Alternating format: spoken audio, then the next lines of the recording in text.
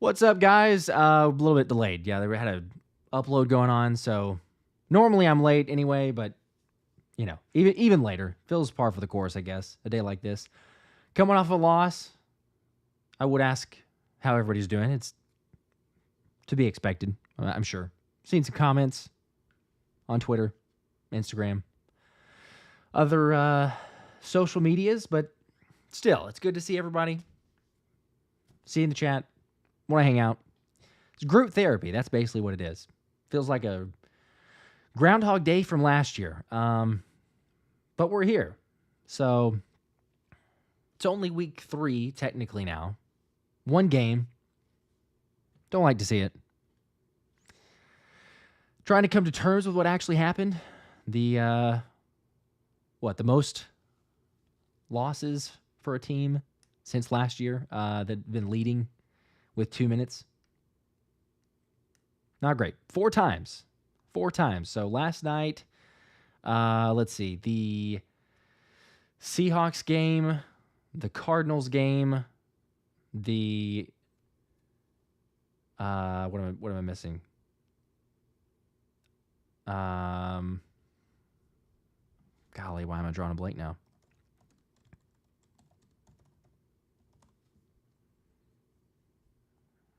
I'm sure you guys in the chat are already going to answer it.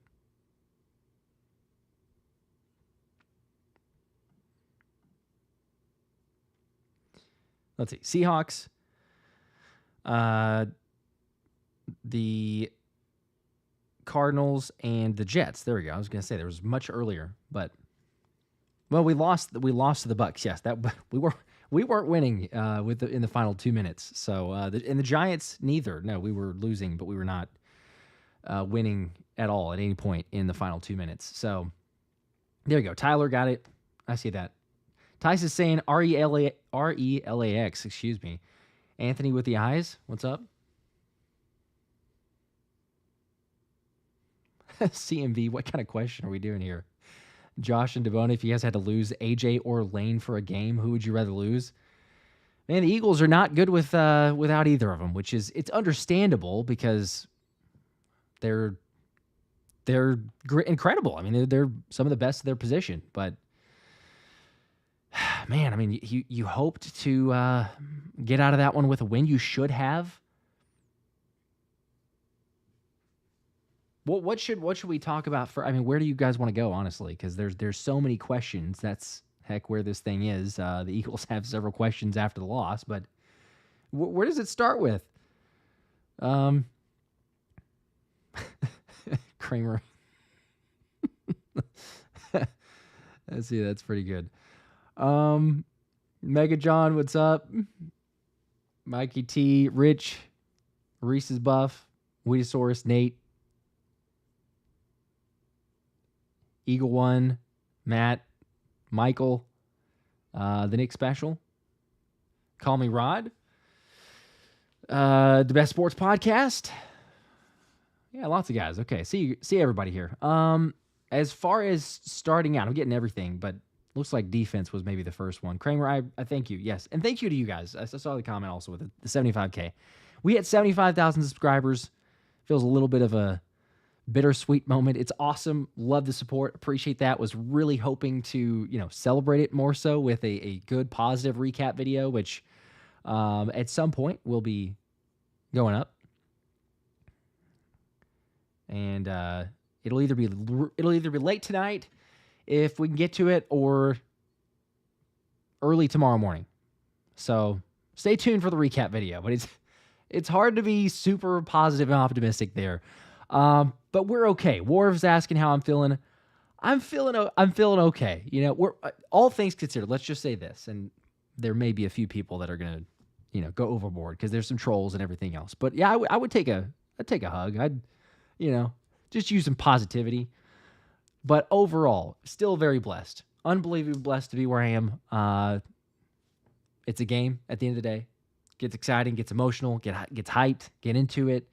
But we're all right. I'm with Eagle One. Nate, saw your comment as well.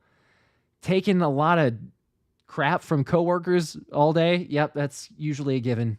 I might have gloated a little too much to Cowboys fans and then had to hear about it today and late last night. So it comes with the territory. Just felt like, could we not have won that game and then had at least, a week before who knows what we did against the Saints? We had the Saints coming up. That's all right. You want to start defense? Good start defense. Yeah, defensive line, and then get into play calling and everything else. Man, the defensive line, there is some, I'd say there's some concern. By the way, shout out to the official sponsor of the show. We got to pop that one up there. The underdog for all the giveaways and everything else there. But it's actually perfect timing, as Weedosaurus just said. Only hardcore gamblers should take these games so seriously. Yeah, maybe don't go hardcore, but not a bad time, actually. That's a good one on that. As far as the defensive line, though, there's tons of questions. There's tons of concerns. We could look all over the place. I think you got really just a bunch of different... I mean, Bryce Huff is the automatic, right? We could say Bryce Huff to start out, but it's really everyone. I mean, there's not a single... I don't know anybody. If we're going to look at the whole defensive line, do we call out someone and say they had a really... I mean, Thomas Booker, I guess. If you want to say positivities, we're going to start positives. Thomas Booker in limited snaps played well. In fact, in the shout out to Anthony, I think he's still there. I'm not sure if he had to jump, but saw the first comment or info from him. Thomas Booker, 6 defensive plays that he played to stop the run whenever the Falcons ran the ball, and the defense only allowed 6 yards, so 1 yard per carry when Thomas Booker was out there. When he was not, then I think it was like 21 carries, like 122 yards or something. It was crazy. Like it's tons of yardage without Thomas Booker out there on the field. Megajohn, that's true. Yep, Milton Williams. There you go. Anthony's here. I'm just venting, and everybody else is as well. So join in.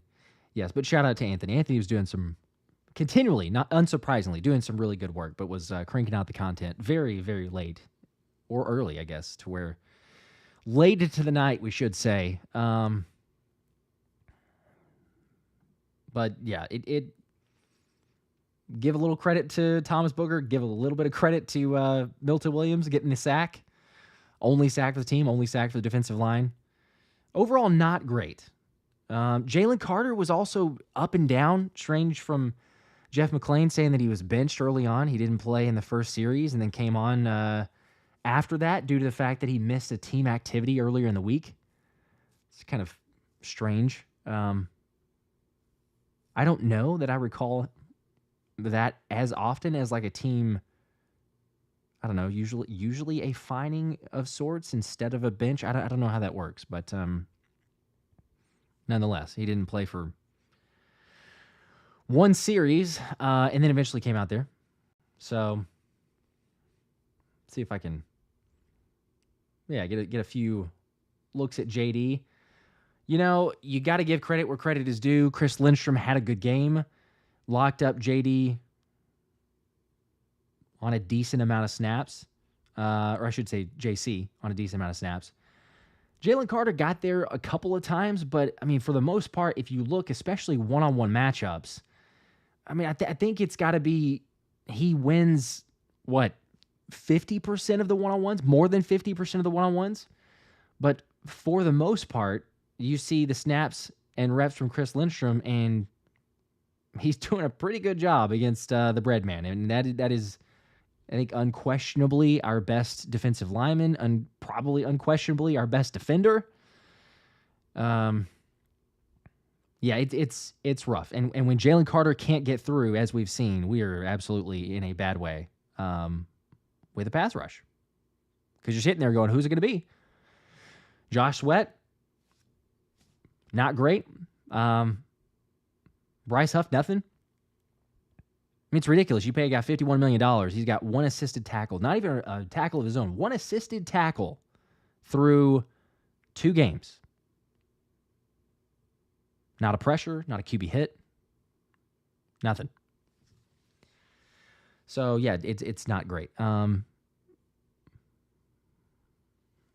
I said, and I'm seeing some of the comments also. The last drive was terrible. Dylan, what's up?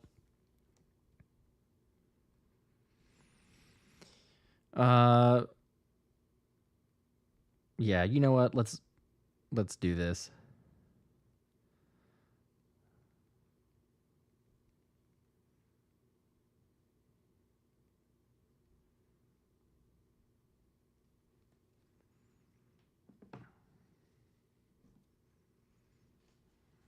All right.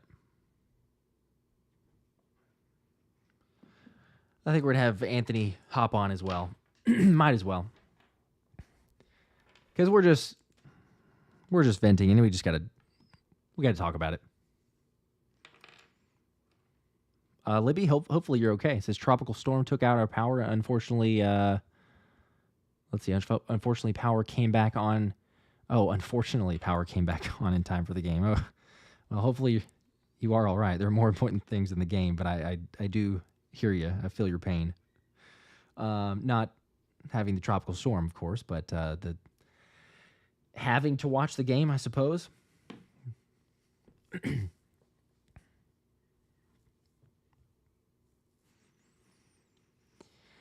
Frank from Philly, overpaid for Huff. Overpaid.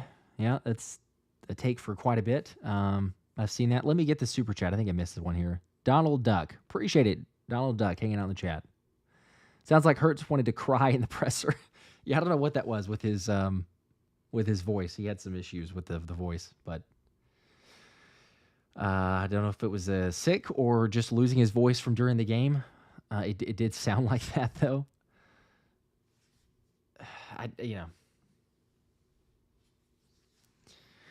Ernie saying last drive they targeted Quinyon Mitchell. Yeah, he admitted, he's like, hey, I didn't get enough depth, to be able to force those throws or break up the pass, make it not as difficult. Kirk Cousins just target practice basically. Finding Darnell Mooney back to back, and then all of a sudden you're like, okay, we got Drake London there in the end zone. Slay bites on the move. Saw something on the film. Yeah, a lot of areas. Nothing. Not a whole lot of positive. We should say, at least, especially as far as the defense. There's a few areas. I just think that in here I'll play. There's another one that I saw as far as Jalen Carter as we were talking about the defensive line, but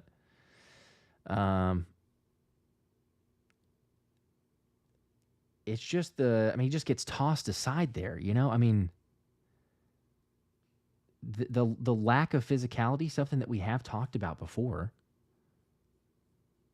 I feel like it's not going to be an issue, and they could still fix it. It's not like it's unfixable, but gosh, there's some concerns. Yeah, Nate saying Jalen balled out. Jalen 75% completion, I believe. So, take away the turnover, the interception at the very end, but he that should have been different. We'll say that. But overall, he looked confident. He looked decisive, especially if you go back and look at a couple blitzes. I have not gotten the chance to fully go in there and see shots down the field or whenever he bailed out of the pocket. So I don't know 100% definitive if he could have or should have stayed in the pocket a little bit longer on some instances. But overall, I think that, yeah, he played well. Joey, run defense and pass defense sucks. That about sums it up. See, I think for me, it starts with the run defense, and then that's where you get the chance. Pass rush is a privilege. I mean, that's kind of the thought process. You limit the running game, and then all of a sudden, you're taking advantage of things elsewhere. You're able to rush the passer. Keys to life, I'm over this Fangio scheme. Elsa, I'm just desperately want Vic Fangio to go. I see the ending already. Yeah, it's I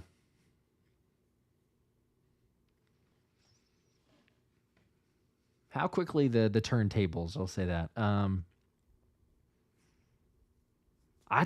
don't know. It's a question of, because the players got to be better. Jordan Davis.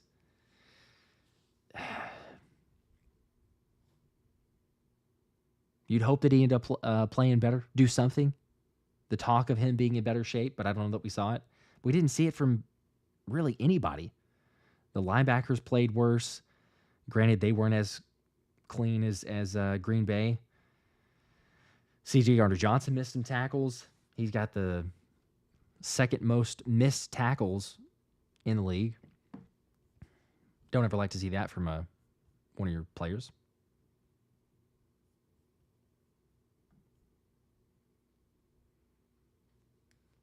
Did make a play on Bijan, though. Now, you got to give him credit. Made a play on Bijan. Did not make this play here. Missed a tackle. Had a couple other. Joey saying losing Cox and Reddick is a big hit. Without a doubt. Actually, Fletch kind of made the word, or gave the word to a couple of those guys, and I'm assuming it was JD and maybe Jalen Carter, but saying it's unacceptable after the game in Brazil. I can only imagine what he was saying to them after this one. Like, hey, you guys got to play better than that. This should be much improved from what he saw out there, but unfortunately, it's not.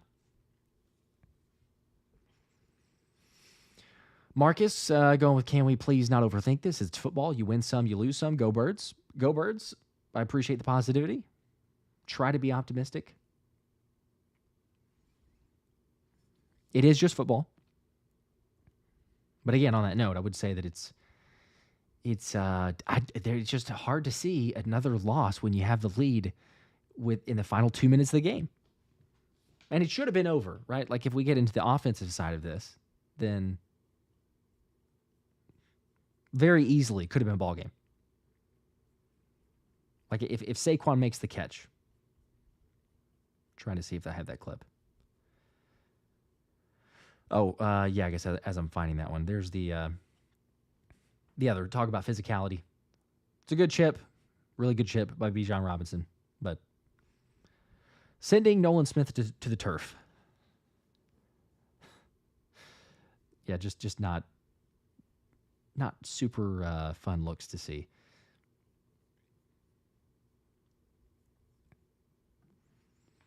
There it is, though. If he makes that catch, it's a moot point. And yes, we'd be having conversation. We'd for sure be saying, like, hey, what about the run defense? Hey, what about the pass defense? There's issues. Could be better. Should be better. Yes, we'd be saying those things. But hits him in the fingertips. Should have made the catch. And he said it. Tyler saying, unlucky drop, 99 out of 100. He catches that. Maybe so.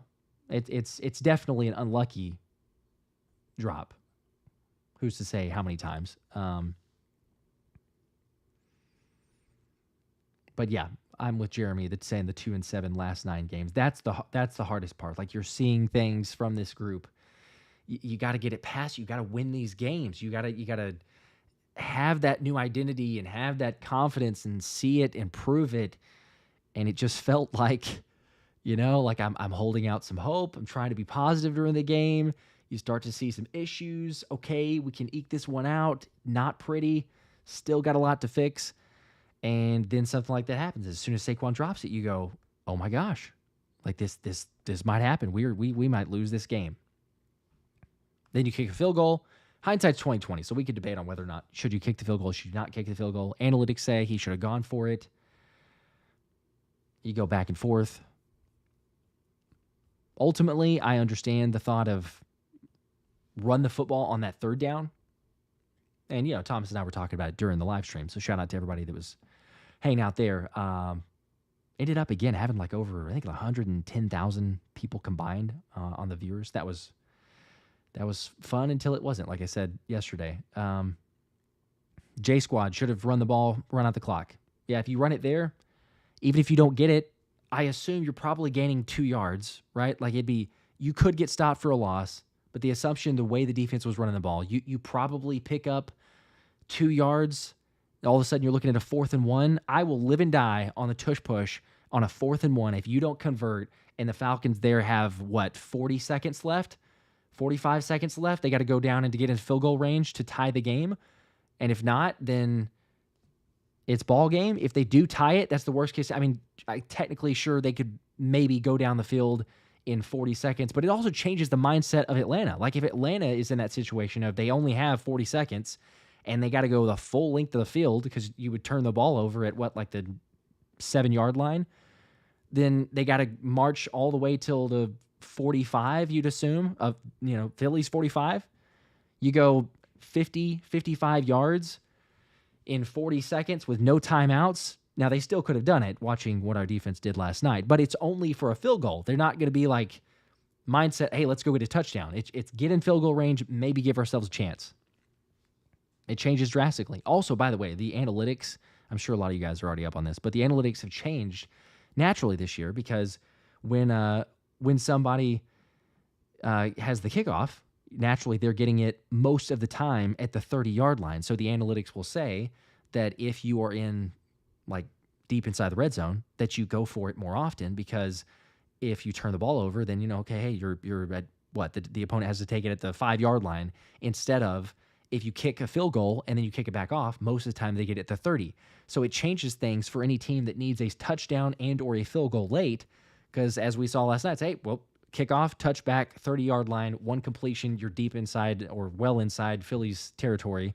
One more, now you're very much into the red zone, and then there's your touchdown. Just kind of rough. All right, let me get to some of these other super chats. I apologize. I was going off on a tangent here, but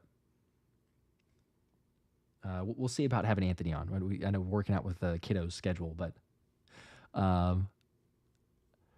we'll see. It might happen. We're pending. I'm waiting on the text updates. Looks like with the kiddos for him. So it's usually vice versa. But Jasper, appreciate the 2. Said, not gonna lie, this game reminded me of the Seahawks game. It really did, quite honestly. Oh my gosh, that one was brutal. The Seahawks one was also brutal. Yeah, very, very much so.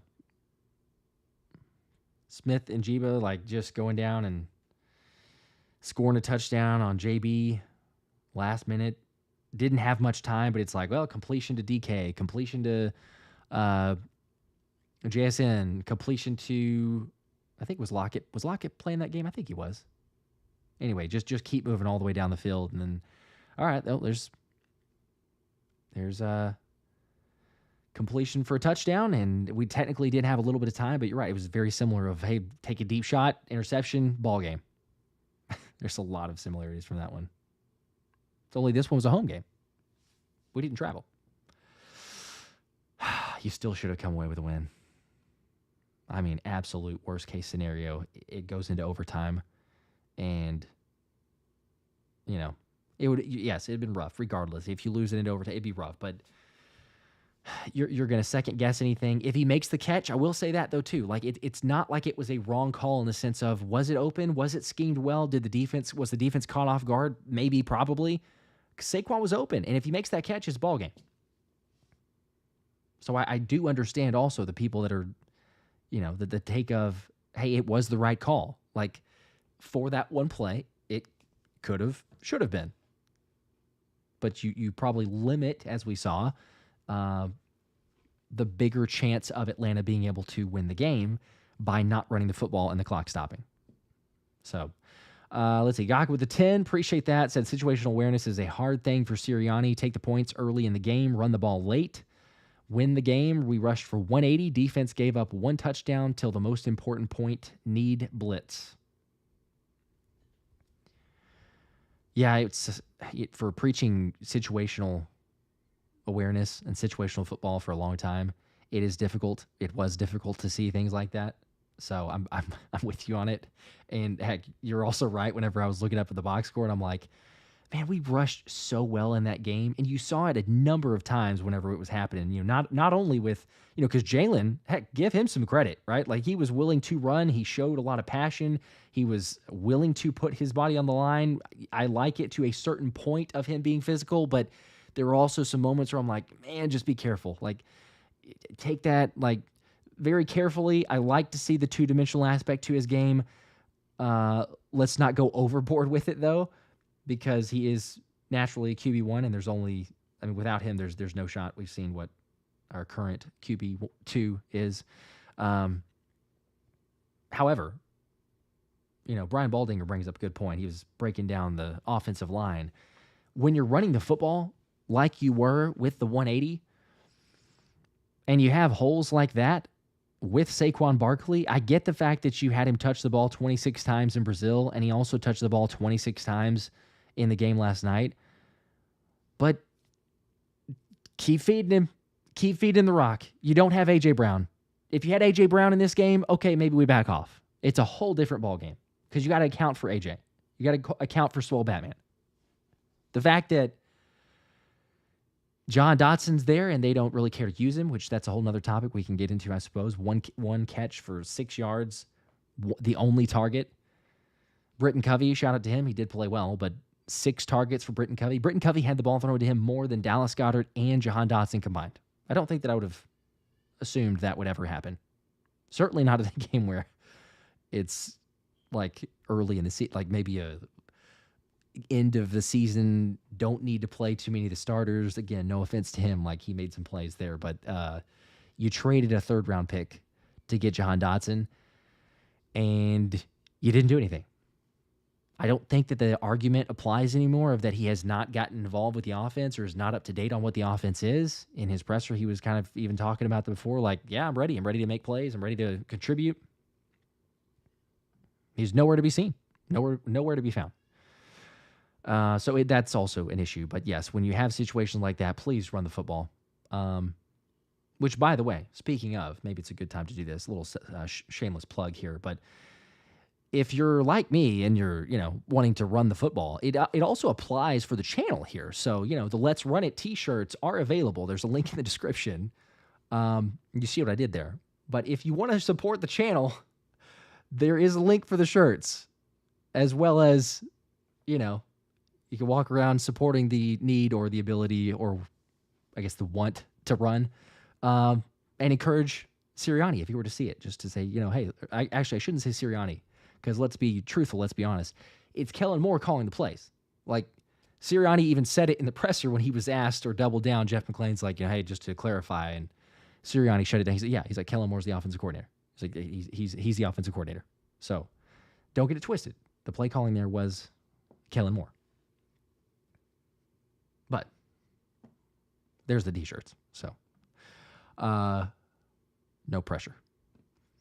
Let's see. I think I'll get to these other super chats. Appreciate it. Christian with the 5 said, how are you feeling now, Josh? What are your overall thoughts on the team? I'm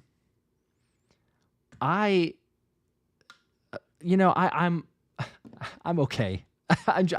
I'm not trying to go overboard and like overreact. So I will say it is just one game. It was just week 2. I guess we're technically week 3, but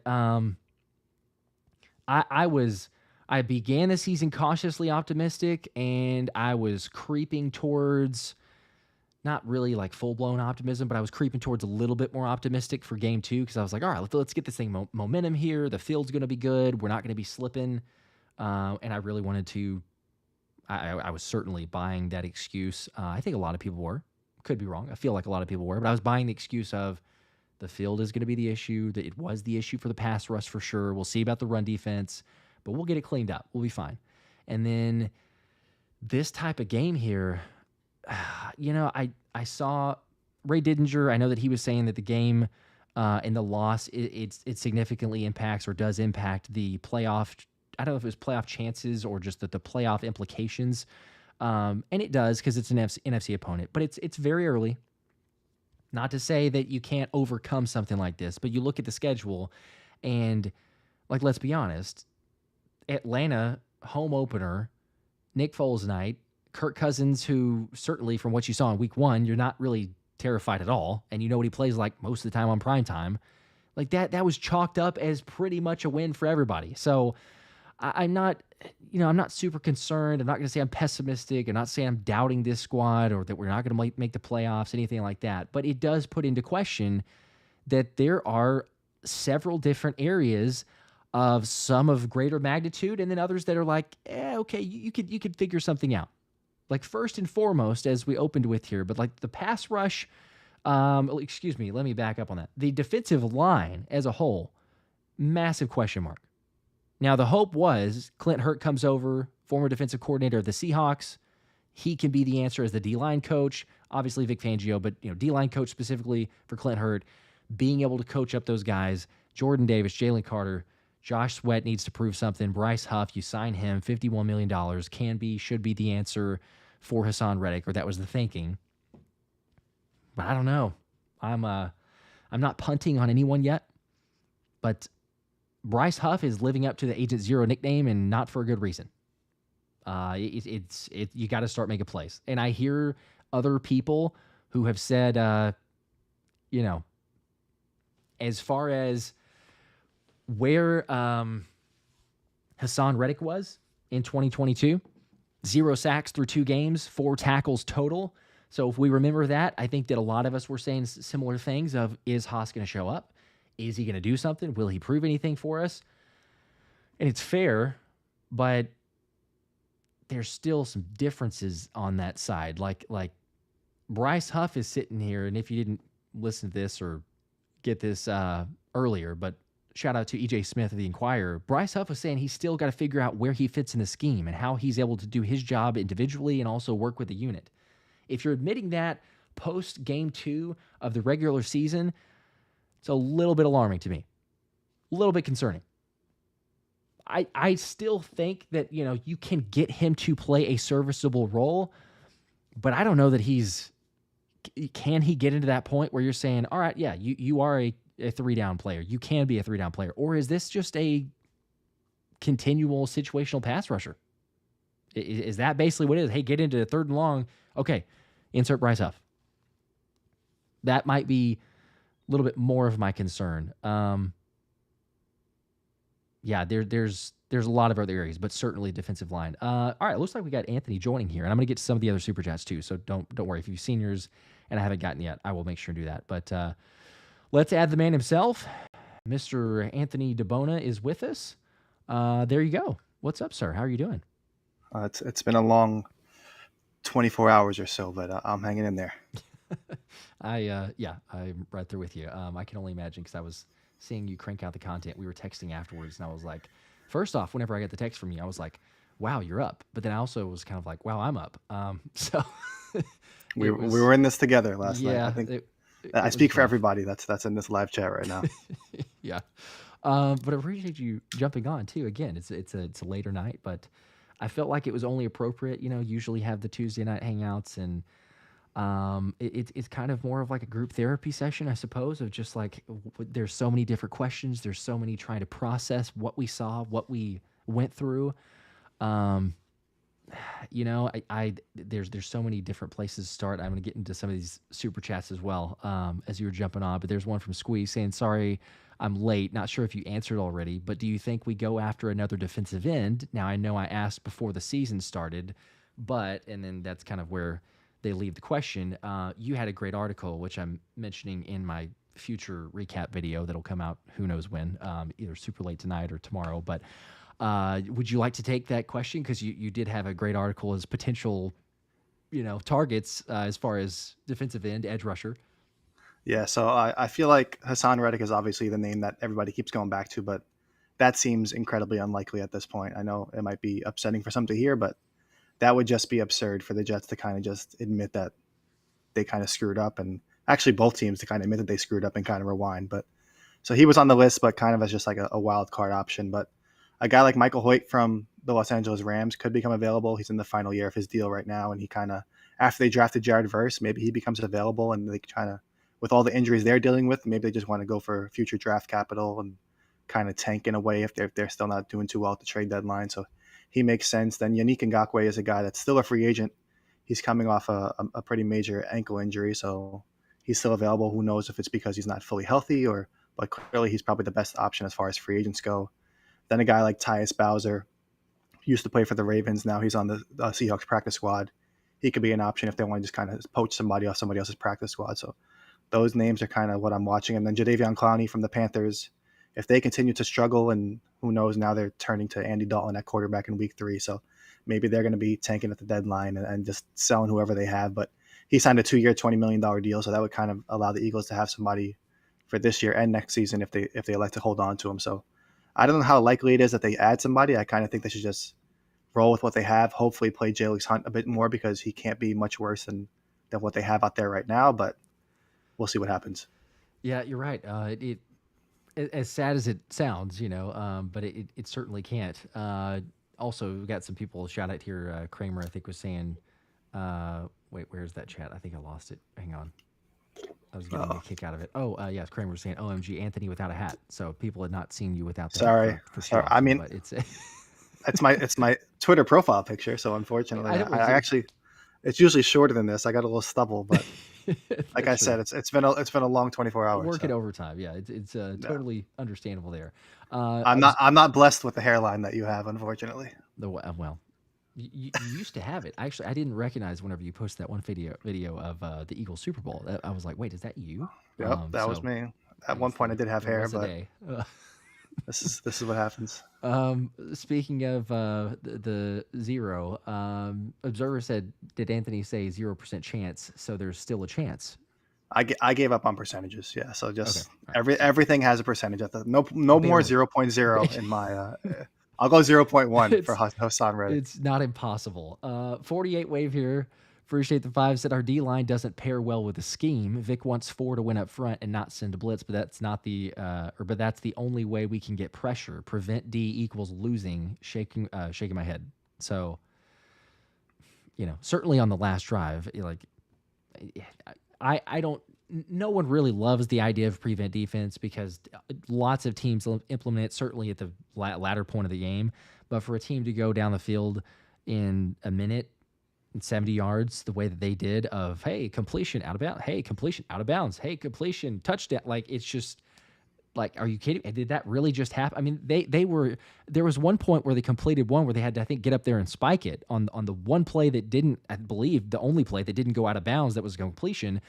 And I was sitting there going, they can intentionally be just slow playing it. There's no issue at all with the clock at that point. And I was like, what are you doing here? So again, I know that you're backing off in some instances there, but the ease that they moved down the football field on that last drive was like, come on, and 0 pressures. It's crazy. At one point, the announcers, the commentators were even like, wait, the Falcons kind of got down the field too fast. Maybe they should run the clock a little bit because that was almost too easy. It was just like Quinyon Mitchell. I mean, he played a great game up until that last drive with those 2 passes or so that he allowed right on the sideline where he kind of bit and protected the inside of the field, which in that scenario is the exact opposite of what you want to do. The team has no timeout, so you kind of want to force them to go into the middle of the field, run the clock, but he allowed Darnell Mooney to get on the outside and stop the clock. So that was unfortunate, but it was just mistakes by everybody. I know people, especially today on social media, Nick Sirianni is getting absolutely torched because of his decision-making. But to me, it's so easy to go back and say that, oh, if he just did this, then now people are bringing up all these percentages and all. If it comes down to literally if Saquon Barkley catches that pass, we're not seeing anybody talk about percentages today. So, I mean, it sounds very Bill Belichickian to say just do your job, but that's honestly what it came down to because regardless if it was the right call or not or whatever you want to say, if they milked the clock or not, if he catches that pass against basically an 8 or 9 man pressure from Atlanta, I just feel like it was the right call. But since he didn't catch it, now it's the wrong call, and Nick Sirianni is supposed to get fired, and Philadelphia's on fire in the second week of the season. But it's a long, long season ahead of us. Yeah, well, definitely, and hopefully for the right reasons. But after this game, it's like, okay, we got a long season ahead of us, whether it's good or bad. So that's where we're at. But he did. It was interesting because Nick said afterwards that or he was asked, I guess, who's the offensive coordinator, and he alluded to, he's like, well, that's Kellen. So then it's like, okay, well, who's putting the play calling out there? And I'm not getting into necessarily like, whose call was it? Like, it's, as you were saying there, it's a moot point if he catches it. It's a play that should have worked. He was open enough to make the catch. He would have had a first down. Ball game, don't even speculate, don't even question it. But it was just a little bit different, I think, of a take from traditional, or in the past you would have heard, especially with the Brian Johnson, like Sirianni was immediately like adamant about it. And he kind of, the way he was like, my call, like the call. And so you just put a little bit of like, all right, we've seen a lot of instances of Kellen Moore running the offense, but then, for people that are immediate, like, oh, it was Sirianni. I don't know that we know 100%. I don't know which side that is, but I'm with you as far as like, do we have specific blame for those, or do we still go back to it and say, you know what, they're being aggressive, they're trying to put the game to bed. If they felt like that was the best situation, that's what we went with. We could have argued it, but if it had happened, the end justifies the mean, and then all of a sudden we're not really having any concern, or not near as much of a concern with the situation there. But hindsight's 2020. So yeah, it's just weird because it seems like, yeah, it's clearly Kellen Moore's offense. I think he's calling the plays, but as far as like their situational play calling in terms of going for it or not going for it, that still has to fall on Nick Sirianni. I think he kind of makes that call at the end. So I've seen a lot of people criticize him today for kind of like his inconsistent aggressiveness, which is, I think, a completely fair criticism, because you go for it early in the game on 4th down instead of going for the field goal. And then later in the game, you're kind of choosing your spots and settling here or going for it there. I just feel like he needs to either be all in or be more conservative, because it seems like to kind of have 1 foot in, 1 foot out didn't exactly work out. And it turned out to bite them in the end. Unfortunately. Yeah.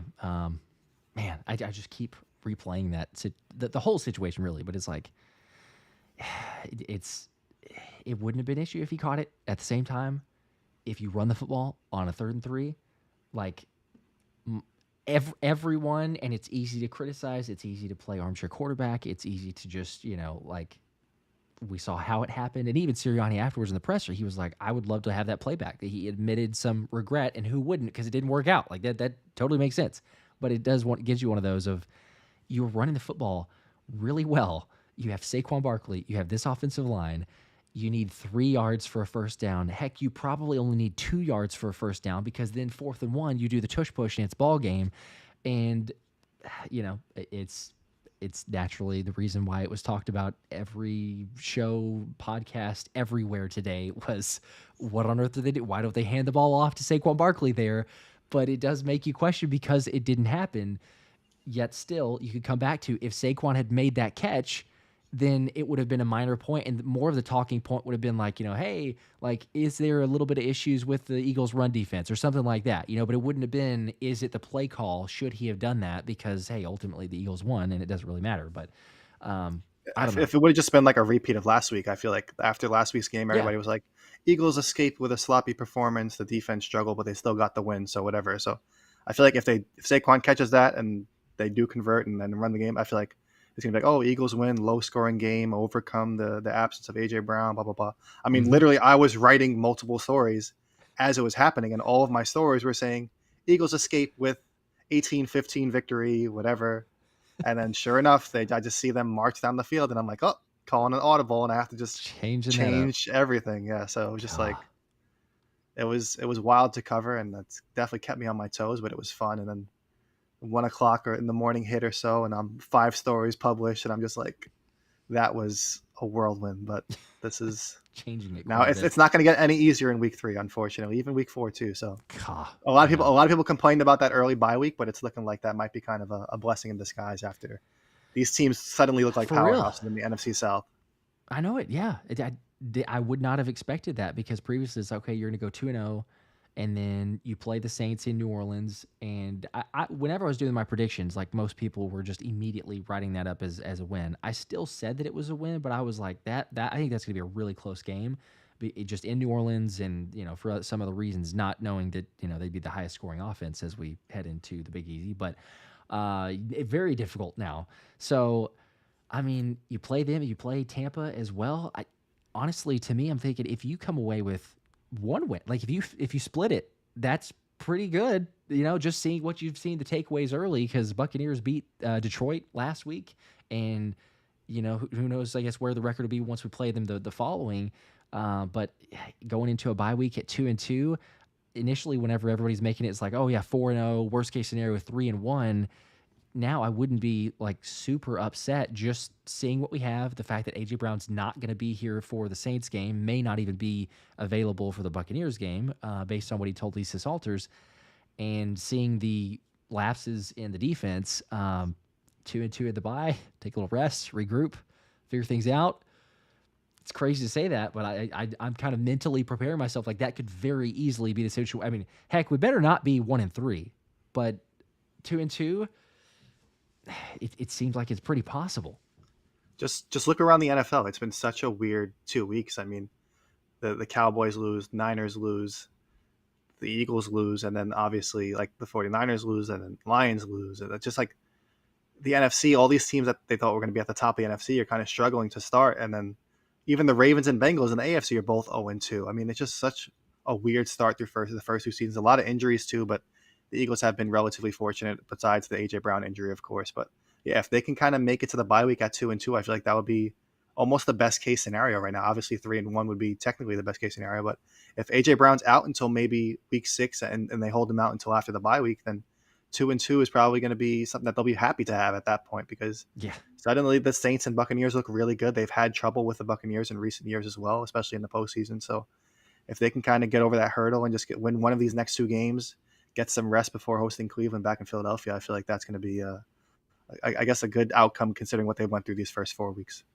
Right there with you. Yeah. It's how crazy things can change the NFL. I mean, as you said, it's the Eagles still have everything in front of them, even with a negative loss like this. But it's just like, man, you had an opportunity, establish yourself like first in the division, keep that momentum, some confidence, a builder there from the home opener, carry that into what'll be a very difficult game in New Orleans. But you see the way that Dallas got beat by New Orleans. I don't think many people expected that. If you thought they were going to lose, fine, but I don't think anybody expected to the magnitude that New Orleans was able to score. And then similarly with Baltimore losing to the Raiders. Now they go to Dallas. You know, hey, Dallas could lose next week as well, but it sets up more beautifully if we had a situation there where we said, hey, it's going to be all right. Because we had won this and just 1 game lead, set it up even further for the next week if you're able to win one. I don't know, just changes the perspective. But it's a weird league. Instead of that, the Commanders score literally 0 touchdowns and somehow gain a game on the rest of the NFC East. I mean, that just shows you how absurd these first couple of weeks of the season have been. Yeah, it is nuts. And everybody's dealing with injuries too. That's such a strange situation as well. Like you know, the Niners losing to the Vikings, but Christian McCaffrey's on the IR. Deebo Samuel I believe he's supposed to miss a couple weeks at least. So it just, you see a bunch of different injuries, teams losing games you didn't expect them to. It's the parity of the league. Yet the Kansas City Chiefs are the one team, I guess, that seems to either take care of business or get help from refs, depending on who you are. So, we won't have to go there. But I just, I mean, just as everyone expected, the Vikings and the Saints are the top teams in the NFC, right? Yeah. That's, I mean, pretty much everyone's survivor pools. I would imagine they probably took those teams. I was out in week 1. I was too. I took thank Cincinnati. you, Bengals. Yeah, it's my survivor pool ended, which had like 20 people in it. It ended in week 2. Like it was Bengals. And then, like, everyone took the Ravens. And then it was like, okay, hey, congratulations. You have one winner. I think the winner took San Diego because they were playing Carolina, which is a fantastic pick. Just take whoever. If you're still playing a survivor pool, whoever's playing Carolina, just take that team. But wait, Andy Dalton is like 5-0 in his career against the Raiders. So just watch out. Upset alert. Oh, my gosh. Yeah, that's going to be a little bit of a dumpster fire, but maybe so. Elvin Fisher, appreciate the 5. I'm just getting to this one here, but said, did you notice that the O-line didn't move when the Falcons D-line was in the neutral zone on the hard count before the Saquon drop?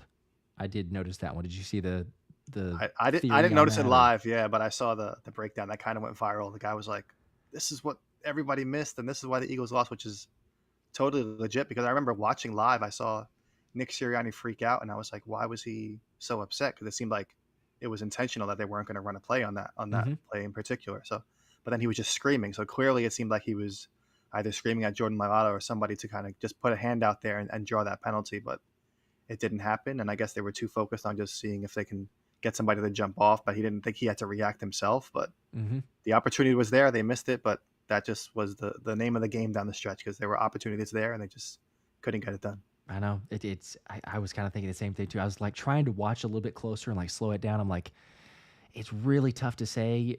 Was he far enough in there? But as we've seen a number of times, you also, even if they're not really full blown into the neutral zone, if it's a little bit of a movement and you move as an offensive lineman, then all of a sudden you're like, well, the flag is going to have, like, it's going to be one way or another, and then it's got to put it in the subjectiveness of the ref to go, well, like there was a defensive lineman move first, and then they moved. Someone did point out that I can't remember who it was. Reporter asked in the press conference, but someone asked Sirianni, was like, hey, were you upset at Fred Johnson about that because he was the extra tackle that had come in out to the left side, and he said no, but it still brings up the question, like, okay, he still could have been upset. He just played at Corey, and the answer was like, no, it wasn't Fred, but it could have been Jordan Mailata, and it's because Judon's kind of coming down into the inside, so. Man, he probably just expects Mailata as like the experienced player in that scenario too, to kind of know to do that. So yeah, I mean, it was kind of crazy because when I reviewed the snap count totals this morning, I was like, Fred Johnson played a snap. Like I didn't even realize that he was in on that play, and then sure enough, it ended up being maybe the second most important play of the game besides Saquon's drop. So that was crazy. He would have had it. It's man, so many different things. If Saquon catches it, if Fred or Jordan moves, then 5 yards, ball game.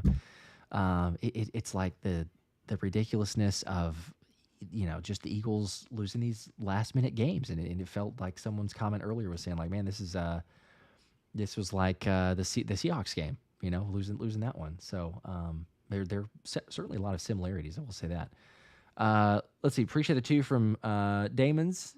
Didn't get a comment here, but oh wait, hang on, I got another one. There we go. There's 5. Appreciate that. Said, we pay this man $50 million, give it to him 30 times. Talking about, obviously, Saquon. Yep.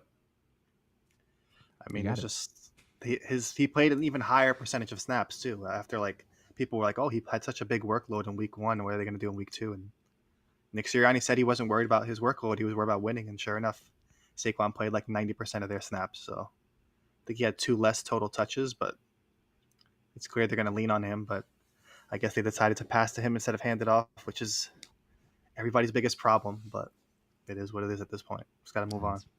It is. The Nick Special, thanks for the 2, said, how are we feeling about the Belichick rumors now? So already got that started, obviously, with the Nick Sirianni, but then Belichick, this will be a continual, unless the Eagles hit the stride, have all the momentum, no questions, no concerns, it's going to be just the continual. What about Bill Belichick? He was there potentially scouting his future team. So, I mean, who knows? The rumors are going to be there, obviously, because he spoke to them in the offseason. That's already been reported. So if this continues and they continue to melt down and it looks like more of this moving forward, then I think it's only right that they're going to probably clean house. Sirianni's going to be gone, but still 15 games left, a lot of season to either go in the right direction or the wrong direction. So we'll see what happens. That's true. There's plenty of time. You'd wish that it started a little bit better. Lynn Man here saying, Anthony, did you pull your hair out last night? Just kidding. It looks great. No, it doesn't look great, but thank you. I appreciate you lying to me. But oh my gosh. I'm married at this point with 2 kids. I got nobody to impress. So the hair went right off. You're good. Oh my gosh. Let's see. There's another question. Just some potential or thoughts on Avonte Maddox playing in the slot. It was interesting to see Q playing outside, Avonte Maddox in the slot, Slay outside as well. Naturally, he would be there.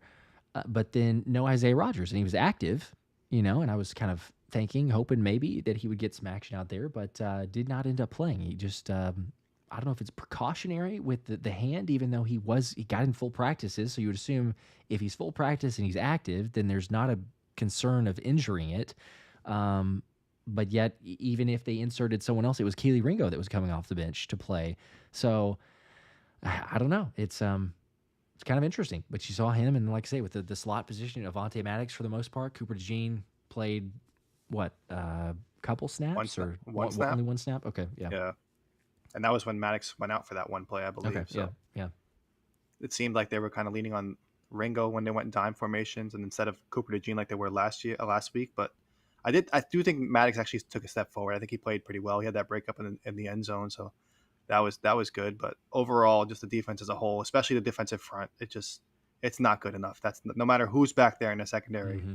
they're going to get sliced up if there's no pressure. And Bryce Huff is falling on his own before even touching offensive linemen. Like, it was just bad. The alignments are all over the place. They have one guy lined up wide of the offensive tackle, and then the next defensive tackle is about like 10 yards away from him. And it's just like three guys on one side, one pass rusher that can't win a one-on-one by himself on the other side. Never. With a huge hole, and the guard can just immediately get to the second level. It was an absolute mess. And I don't know if Vic Fangio is just being stubborn or what, but he needs to make changes because that is not going to work moving forward, especially against the Saints, who are on fire right now. Oh my gosh, yeah. If it was bad enough here against Atlanta, it's going to be a nightmare versus the Saints. I was trying to find what that one stat was officially, but there was a yardage. You probably saw it too. Here it is. I found it. Jeff Kerr was the first tweet on this side, so I'm going to put this. I think I can put it on the screen. We'll see if I lose you. I think that I've got it set up there. Nope, I lost you. Okay, well, we're back to you. I'll just read it. The people need a break from the baldness. Don't worry. Just read it. But it was from Jeff Kerr. So he was saying that, some people being like, hey, Jordan Davis isn't on the team to pressure the quarterback, so somebody's standing up for Jordan Davis. And then he's like, well, he's not doing any favors to stop the run. And he said, Eagles defense, obviously, again, in the NFL, yards per carry allowed 6.4. So that's dead last. And I don't think anybody needs any education on that being miserable. So, and then yards before contact per rush is 31st, so second to last. And then yards after contact per rush is 29th. So it would, none of those are good, but like you could at least maybe kind of live with it. You still wouldn't, but you kind of live with it if, okay, you're allowing a lot of yards before contact, but then you finish them off really quickly, right? But it's both of those, so they get 3 yards first, and then you make contact, and then they push forward for another 3 yards or so. So, it's terrible. But we saw it with Bijan, with Tyler Algier. It really didn't matter whichever runner it was; they were going to have the same amount of success because the lanes were wide open for them to run through as people were getting pushed back everywhere. And I saw your comment, and I think clips that you posted too of Thomas Booker, but it was like, I mean, besides him being on the field, like, good luck stopping the run. Nobody was doing anything, and I'm happy for him, but that's a terrible sign if nobody else is doing it. Yeah, I mean, it's hard to judge because he only played 8 snaps, so maybe they're going to say, oh, he was just great because he played so little snaps that he had so much energy and he was able to make an impact. But the difference between when he was on the field and when he wasn't on the field were staggering. I mean, in the 8 plays he was on the field, they only gave up 17 total yards. That's including rushes and passes. There were 6 rushing plays when he was on the field, and they allowed 6 rushing yards. And then when he was off the field, they gave up 146 rushing yards on 22 carries, which is 6.6 yards per carry. So they went from allowing literally 1 yard per carry. And I think Bijan Robinson had 2 negative runs when Thomas Booker was on the field. And then when he was off the field, it was just like, but you could just see the difference in the effort between Thomas Booker and a guy like Jordan Davis or even Jalen Carter, because maybe they're exhausted because they're playing a little bit more snaps than they were last season. But it's just like, these guys were supposed to be franchise cornerstone players, and they're just not consistent enough. They're too like up and down. They're too unreliable, especially late in games. And I know Carter started to do a little bit better down the stretch as a pass rusher, but against the run, they both struggled. And Jordan Davis, that's supposed to be his calling card. That's literally, they were like, he's supposed to be like Vita Vea, where he can kind of rush the passer a little bit, but when it comes down to the run, he can take on 2 guys, hold his own. But he's just getting flushed out of the play, and he's getting outperformed by a nose tackle that's about 30 pounds lighter than him. So yeah, I think I tweeted about it. I think moving forward, him and Thomas Booker should kind of switch roles in terms of give Thomas Booker those 25 to 30 snaps and let Jordan Davis play around 8 to 10 snaps and see what happens, because right now it's not looking good for him.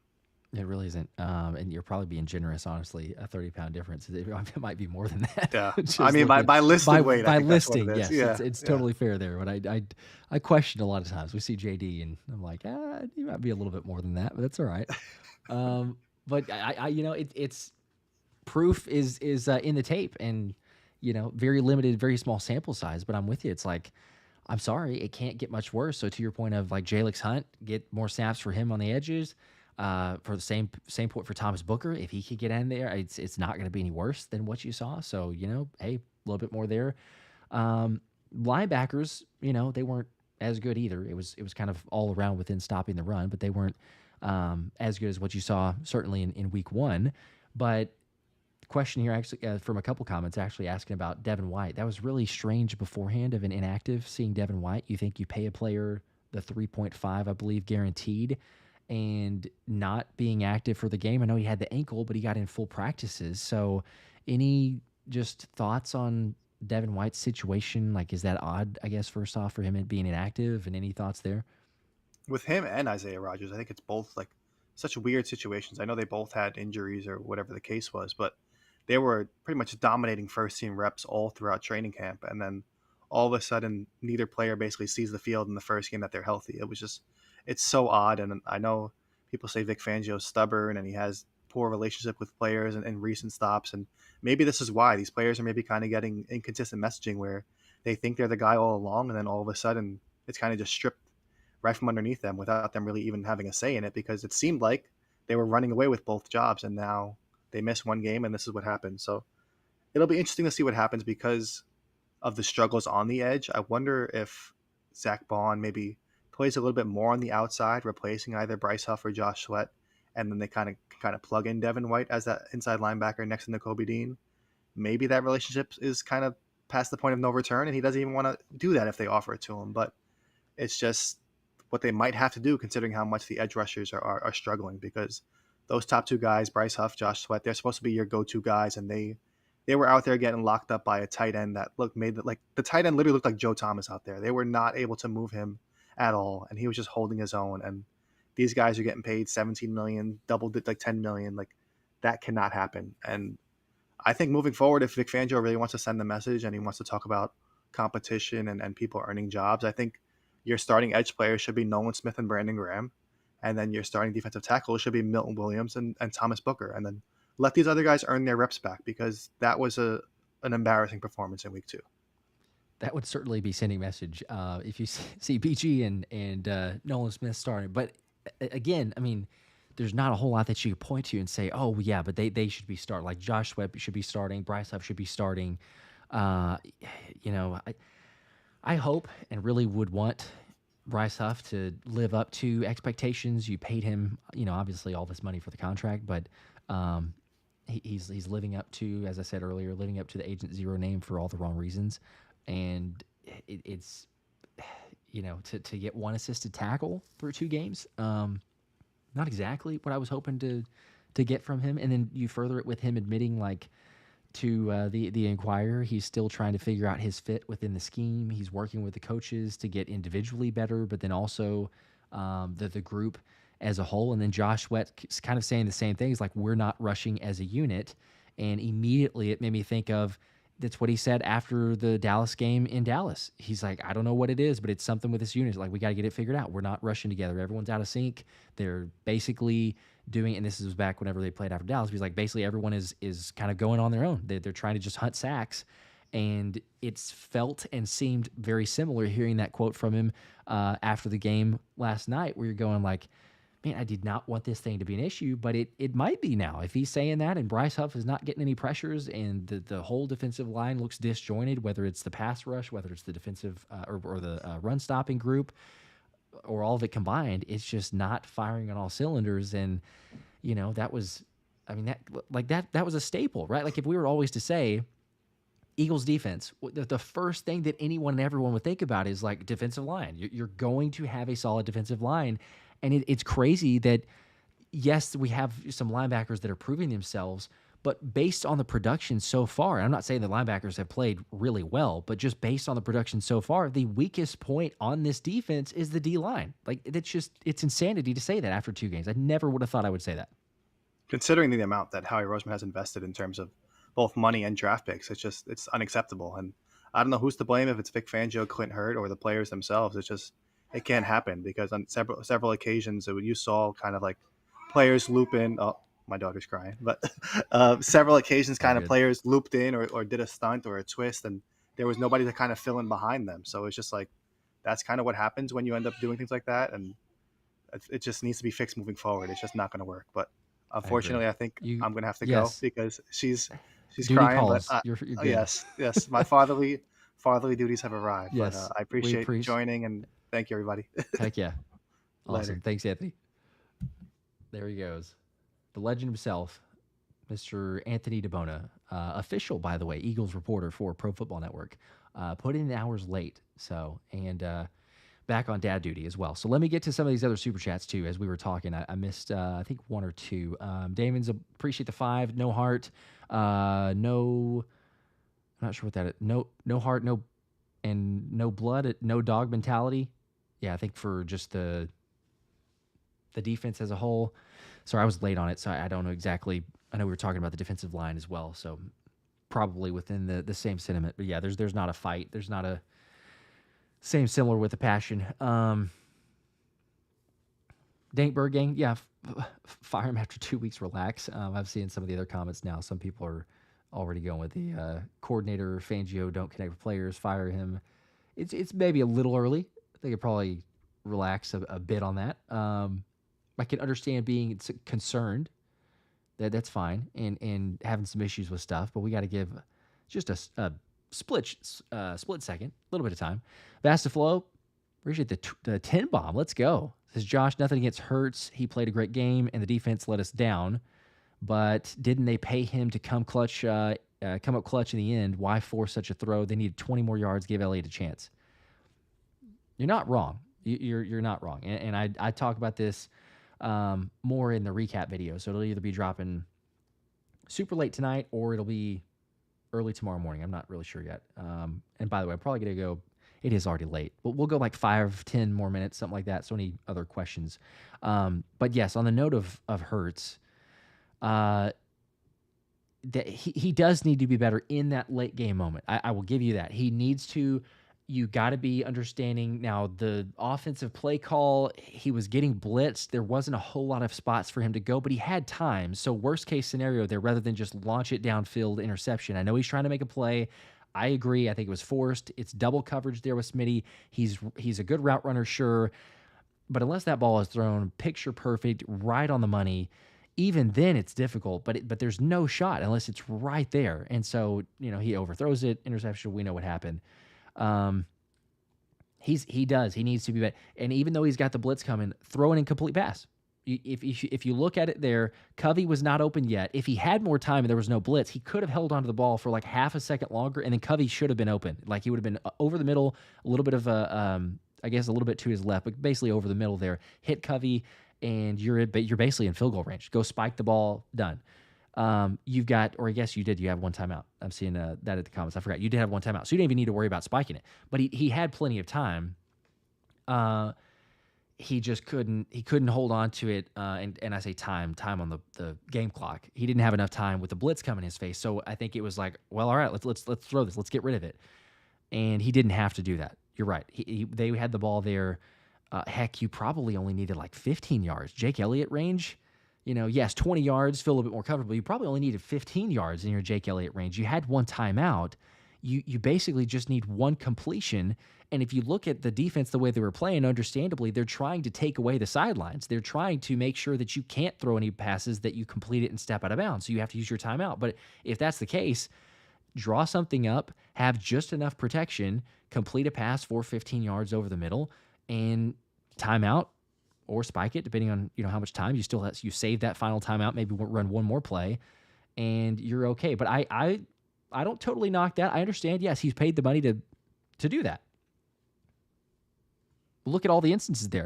I know that I'm not comparing him or saying he is Patrick Mahomes, but Mahomes in those types of scenarios, we've seen way too often that a quarterback like that. They capital. Like, you don't give a quarterback that much time because it's going to bite you. They will march down the field. You have 2 timeouts and you had plenty of time from being able to start at the 30-yard line with the new kicking rules. I agree. I'm not going to knock that. Now, overall from the game, I think Jalen was solid. He could still improve. He even said that he can make some more plays, but he was willing to use his legs. That was good to see. 2-dimensional aspect. But yes, when it comes to just focusing on that last drive, he would want it back. I'm sure the play calling would want it back. Sirianni mentioned some regret. I don't know. No, and I get you too. I see your other comment too. Don't get me wrong. I love Hurts, but it's becoming a common thing. It was common as far as the Seahawks. I don't know. I don't know if it was hero ball.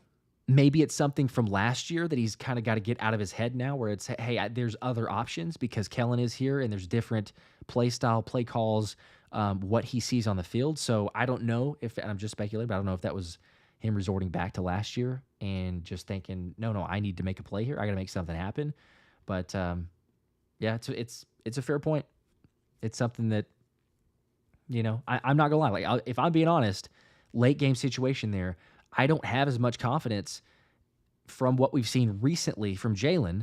In the past, I would have been like, hey, we got some time. Like, we can march down the field. I'm not saying he can't, but the past couple instances, I don't know. I just, in my head, I'm like, are we biting off more than we could chew? Are we not taking what the defense gives us? Is it, and it's probably a combo. I get that, like bad play calling in certainly last season, but there's just something that's out of sorts there. And it's not opportunities to take shots or get first downs, get into field positions for a game-winning field goal, or maybe even set up for a touchdown. So we'll see. I would definitely bet on the fact that this is not the last time that Jalen has as far as a very late game situation and trying to move down the field. So hopefully he learns from it. I know they say that most of the time, but that's where we want to see from him. All right, Josh B, appreciate the 5. Said, if everything goes the worst case, what do you think about Kellen? How do you like the offense after just 2 games? Well, it's a good question, and it is also a good point to bring up. But technically, I would kind of argue it's like 1 game. And that may not be totally fair because, yes, teams have to play without players and injuries happen and all this other stuff. But it's like Kellen Moore's offense without A.J. Brown. Like, any team without their best player, it's a big difference without their MVP. Like, A.J. Brown is, I would argue A.J. Brown is the MVP of the Eagles. Defense, whatever, but like the MVP, because what he does on the field and who he can match up against and how he beats them day in and day out, and then you can scheme him open on certain instances, like A.J. Brown is that guy. So Saquon's phenomenal for sure. Like, I'm not trying to discredit anybody else, but I think A.J. Brown is that guy. So you take away the top offensive playmaker. Now, it's also a point you could make of, okay, but Kellen still has Saquon. He still has Smitty. He's still got, hopefully, I assume, John Dotson can get involved and is good enough there. Dallas Goedert, I don't know what's going on. So, yeah, I wouldn't, I'm not pessimistic, but I'm slightly in the immediacy of it and the trying to not overreact, but also the emotion still just coming away from yesterday's loss. There's maybe a slight concern of, all right, like, let's get some more guys involved. Let's make sure that, because Smitty did what he did, good game from Smitty, but he can only do so much. Dallas Goedert, there's no reason that he should be not having 7 catches, certainly more targets than Britton Covey. So I get the fact that whenever you had A.J. Brown, because he went down Friday, so presumably they're building a game plan, developing a game plan, knowing they're going to have A.J. Brown, and then it hits on Friday, oh, by the way, he's got a hamstring injury. And so you got to reorganize that. Okay, well, we're going to have Covey here and Jahan Dotson a bigger role and move some guys around. Does that change things blocking-wise too? Like, it's going to naturally be a bunch of differences. But to what extent? And you've got, about, 2 days before, because you're not really do as much on the Sunday before the Monday night game. So I am somewhat holding off judgment from the offensive side. The offense was good enough to win the game. There's some play calling. Yes, we can go back and forth on all that. The defense needs to be better, but the offense was good enough to win you that game. But like I say, I'm kind of reserving judgment until we see this upcoming week, because this will be a full week of prep, a full week knowing you're not going to have A.J. Brown. So, okay, now show me what you could do. Show me, are you going to get Dallas Goedert involved? Are you going to utilize him and his skill set? Are you going to do the same thing for Jahan Dotson and all the other guys that I mentioned? So, yeah, slight concern, but I still think we're all right. We shouldn't be freaking out. CJ saying Smitty's too good for this kind of fall off. Yeah, that's fair. James, yeah, Anthony was on dad duty, so we appreciate him for swinging by. But, totally understand that. Remo felt like garbage this morning, getting better now. I hear you. I can totally relate to that. Time heals all wounds. We're okay. We're going to be fine. At the end of the day, we'll see if they make a move, see if they go for somebody else.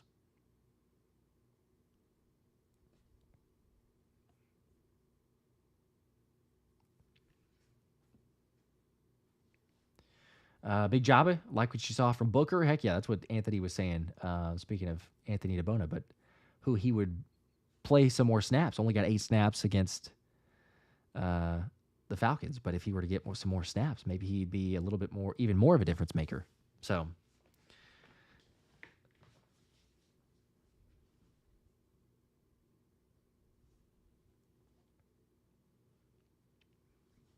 all right, YTS, yes, I will check that. I appreciate it. Any other questions? Any other thoughts on the game? I know it's a later hangout than usual, but had to at least jump on here, a little group therapy. By the way, I will mention it as well. The helmet, because we got to 75,000 subscribers, so appreciate that. You guys are the best, as you know. But we are going to give that away to one subscriber. It'll be a random drawing, so I'm figuring out how that one is exactly going to work, but I'll announce it maybe on the recap video, depending on whenever that drops, which will be either here in a little while or we'll do it tomorrow, or it'll definitely be on the following one. But it'll be the Friday night hangout, so if you want the helmet, got to give that away. So come hang out. You don't have to be at the Friday night hangout, obviously. You're just one of the 75,000 subscribers, or, I guess anyone that subscribes up until Friday, because I don't necessarily have a way to limit that. But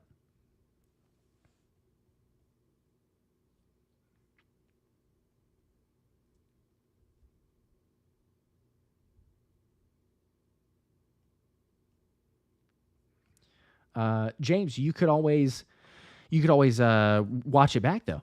James, Anthony's still there in the chat, but you could always watch it back if you missed Anthony. You could just scroll backwards, or once this ends, you could go back on and hang out with Anthony. We do not need me to be the wide receiver 3. I may have the height for it, but I do not help in any way. I might could block. I might get called for a hold every now and then, like Johnny Wilson. But I might could block. I could do that. LA Kid, I'm not giving up on Huff. It's early. It is bad, but no, I'm not giving up on Huff. There's still time.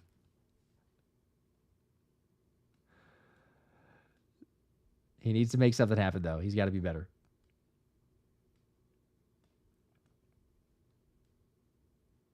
Paid him way too much money to get one assisted tackle every 2 games. I mean, heck, he's on pace for it. Not that many of us are on pace people, but he's on pace for, what is it, like 8, 9 assisted tackles for the entire season? No solo tackles, no sacks, no pressures even. Yeah, that would be absolutely abysmal.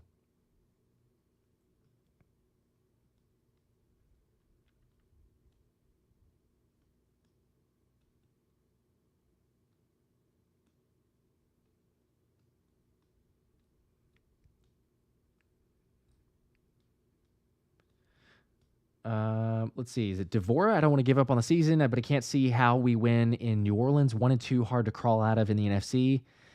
It could be even 1-3, as we were talking about, because then you got Tampa next.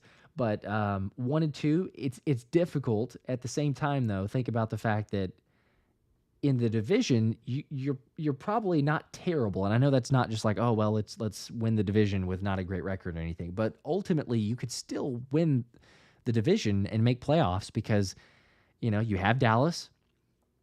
Dallas is 1-1. They're going to be playing Baltimore. Presumably, they would, have a decent chance to lose to Baltimore. Baltimore doesn't want to fall to 0-3, so not that Dallas will not be motivated, but the lack of a ground game for the Cowboys, the defense that got gashed against the Saints, Lamar Jackson hoping to prove something, so you could see Um, you know, we could see the Ravens winning, and then I'm not sure that anyone like the Giants, they are what they are.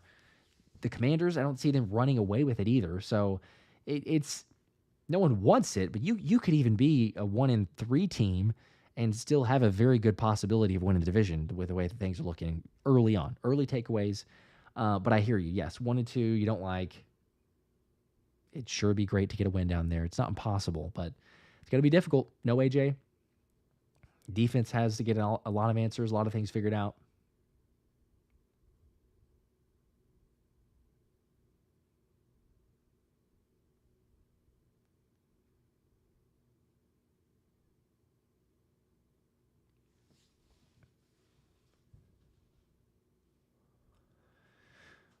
Let's see. Looking for one more. Eagle Eye. Playoffs? You kidding me? Playoffs? Where was one? Oh, Team Grim. What do I think we need to do? I think we got to figure out what to do on the D-line. So I'll end it with that. We got to figure out what we're doing on the D-line. Whether that's, like Anthony said, you trade for somebody. I wouldn't mind that. You know, heck, Jadeveon Clowney. If you go out and get a guy like that, I don't know if Howie's willing to spend, but $10 million a year, you could make it happen. You could figure something out. It would also be a little bit of a like, dang, we really missed on Bryce. Like it'd be an admitting of we missed on Bryce Huff because he certainly isn't playing up to the expectations. Feels like that's a little early for that, but I'm with Anthony in the sense of you got to figure that out. Hopefully that's in house, and you just say, you know what, we're going to play some different guys. We're going to play. Whether it is BG, whether it's Nolan, if he gets some more snaps, he can play a little better. If it's Milton Williams and Thomas Booker in the inside, Jordan Davis, sit him. I don't know. Maybe it helps motivate him in a way. But yeah, that it's not any clear-cut answers, unfortunately, and I guess that's why they get paid the big bucks as far as the coordinators and the head coach. But you got to have something. You got to have more physicality, more intensity on the D-line. Like Frank said, yeah, D-line just kind of looked lazy and disinterested. They were getting shoved around everywhere, all over the place. And who knows exactly where Atlanta is? You know, they could be a playoff team. They could make something happen there. It's hard to say sometimes at the beginning of the season, you know, is that a good win? Is that a bad loss? Things like that. But ultimately, I think just trying to look at it objectively still, like there's certainly better teams from, I think, what most people would surmise. There's better teams than the Falcons. So if you're getting shoved around like that and you're allowing that to happen at a home opener, then not the best recipe for success moving forward, especially with the D-line. So get that figured out first. Yes, there's other questions. Stay healthy. That's out of your control, but, you know, stay healthy. Offense will keep getting better, I believe. But it starts with the defensive line. Stop the run game. Stop the quarterback having all day. There's no reason that Kirk Cousins, an immobile quarterback like that, just could stand flat-footed in the pocket basically all night, not having to move. Don't get him off the spot. Yeah, just that's what it is. You don't have the pass rush. You don't have the run stopping. You don't have the defensive line.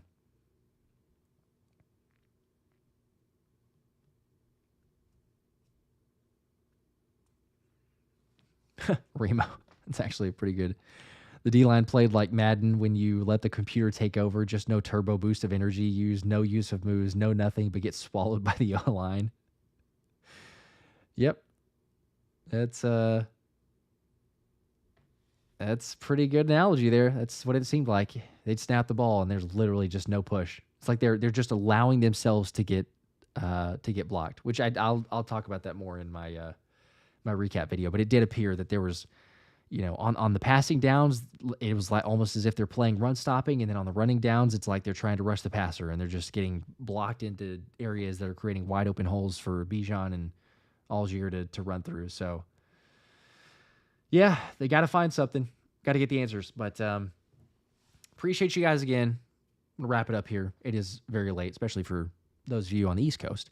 But more videos to come, as always. Thomas and I will be live tomorrow night for the Wednesday link too. So more group therapy, talking about the game, what do they need to do to get better, and also have the game recap coming out either really late tonight or tomorrow. So stay tuned for that. Giving away the white helmet again. I'll just remind that Friday night hangout. So come check that out. And, it's one-on-one, but it can be better. Season's not over. Let's remain hopeful, remain optimistic. It's not done just yet, but appreciate you guys. Until next time, go Birds.